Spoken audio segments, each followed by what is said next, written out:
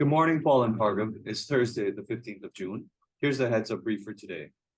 For the Southeast Asia production, we covered 23 issues.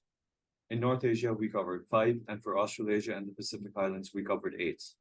In South Asia, we covered 16 issues, plus the major issues in Europe, Middle East, and Africa. Okay, excellent. Thanks, Uday. Hi, Bhargav. Go ahead. Right.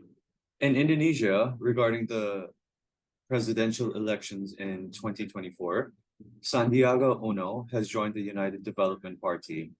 There are rumors that he may run with Ganjar Pranowo as his running mate. Sandiaga had run unsuccessfully with Prabowo Subianto in the 2019 elections against President Jokowi. Okay, that's a very interesting twist. Thank you. In the southern Philippines, the leader of the Islamic State East Asia province was killed in Marawi in a raid. Okay, thank you. In Thailand, Thaksin Shinawatра's daughter reiterated that her father will come back to the country next month. She also said that if Pita of Move Forward Party could not be PM, she was ready to take the position. So these are both incendiary comments. Obviously, if she's PM, like the sister of Thaksin and Thaksin himself, ultimately it leads to great unrest. I'm very, very surprised pre-announcement of the coalitions and who's going to be a majority or even a minority government, that she would talk like that, and also that if Peter isn't going to be the PM, then that in itself is going to have unrest. Either way, I think it's looking pretty grim for the security paradigm, certainly in terms of civil and political unrest. We'll need to monitor this closely. It's going to be very interesting to see how the coalition is formed and the degree of unrest. We should perhaps start mapping out some, defining the triggers and ensuring that we've got various indicators in place for that, please. Yep, sure, we'll do, Paul. In Vietnam, regarding the item that I had brought up with you earlier in this week, in which several police officers were killed in 2 communes, at least 9 people have been killed following a military crackdown in Dak Lak province, which is in the Central Highlands. The community is at hand is the indigenous mountainous tribal ethnic groups. Now, residents have claimed that the entire region has been placed under lockdown and the military has been deployed there. Okay, very interesting. Very unusual to see such unrest in Vietnam. Let's monitor this one particularly closely, please. Yep. And in Papua New Guinea, the defense cooperation agreement between the Papua New Guinea and the US was leaked.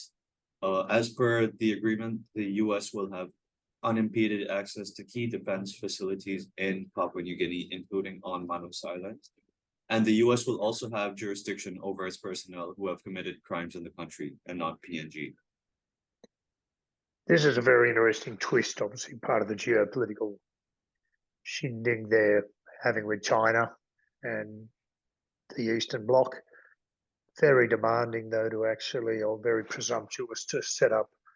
We will use your facilities, we'll use all of them, have access to all of them, and also our citizens won't be under your own legal jurisdiction.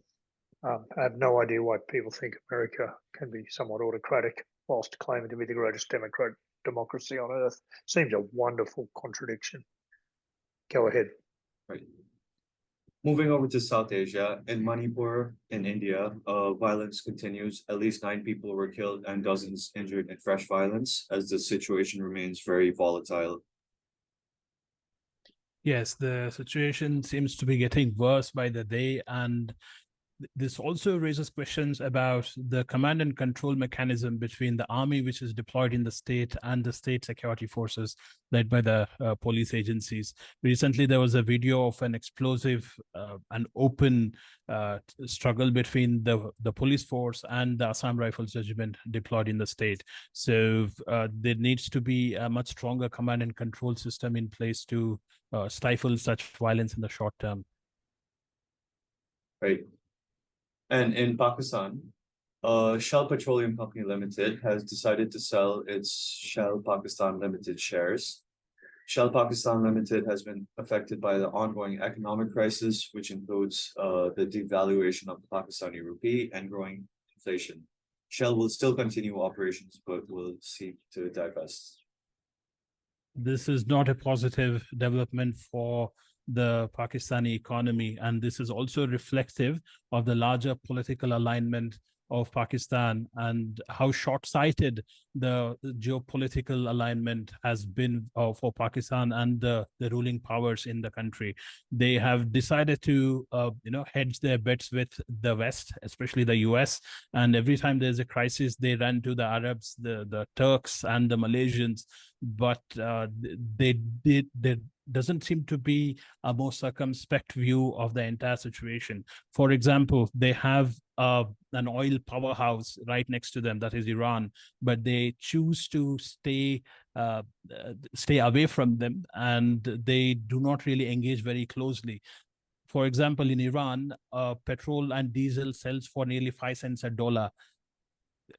That can really help Pakistan, but they choose to stay away from them. So that is indicative of the level of decision making in Pakistan. Great, thanks, Bhargav.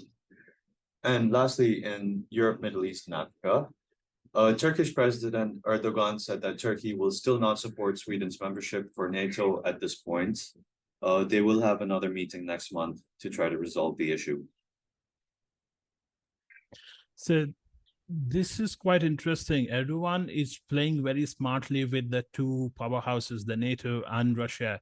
So he is not risking angering Putin by acceding to such a such a membership application by Sweden. Sweden is a Nordic powerhouse. There's no doubts about it. But Sweden joining NATO basically means the entire Nordic bloc is supporting NATO, and that is a direct threat to the Nordic region or the North Sea region for Russia. So we'll have to watch this closely, how this develops, because Turkey is known to flip on its own stance in a medium-term basis. Great, we'll keep an eye out on it. And lastly, the United States has pledged a new military package for Ukraine amounting to about over $300 million US, which has this comes as Ukraine has captured several settlements in the last few days, breaking past some Russian lines, as they have officially claimed their counteroffensive started. That's interesting. Thank you. Then nothing further from my end. Yeah, I'll just add one point if I can. I think as well as analysing Pakistan's international relations and decision making, I think we also need to pop in the database questions over Shell's ability to read risk paradigms and geoeconomic and even the legal paradigms in countries. Now, help repair my brain battered memory, but I'm pretty sure it was Shell that basically stated they were pulling out of Myanmar, but were actually hiding behind keeping shares or putting them in another name, putting people out in other companies, particularly Asian-based companies operating the Myanmar fields. But again, Shell in Pakistan, Shell in Myanmar, that's twice. They seem to be getting caught up in commercial gets out in front, and then they actually have to withdraw when they see the actual paradigm unfold. Certainly would appear that they've got a lot of very, very tactical security and risk guys, but nobody that's really reading the longer term plays, and much better to avoid these things than putting money and then sell them, at a reduced rate. Is my memory correct on that one? Was it Shell in Myanmar that I'm thinking of, Uday? Paul, I'll have to double check, but it does sound familiar, yes. Yeah, come back at me on that. I'm pretty sure it was one of those special reports I teed up after some meetings in Bangkok. Okay. Yeah, sure. We'll do, Paul. Excellent. Thanks, gentlemen. Great brief. Appreciate it. Thanks.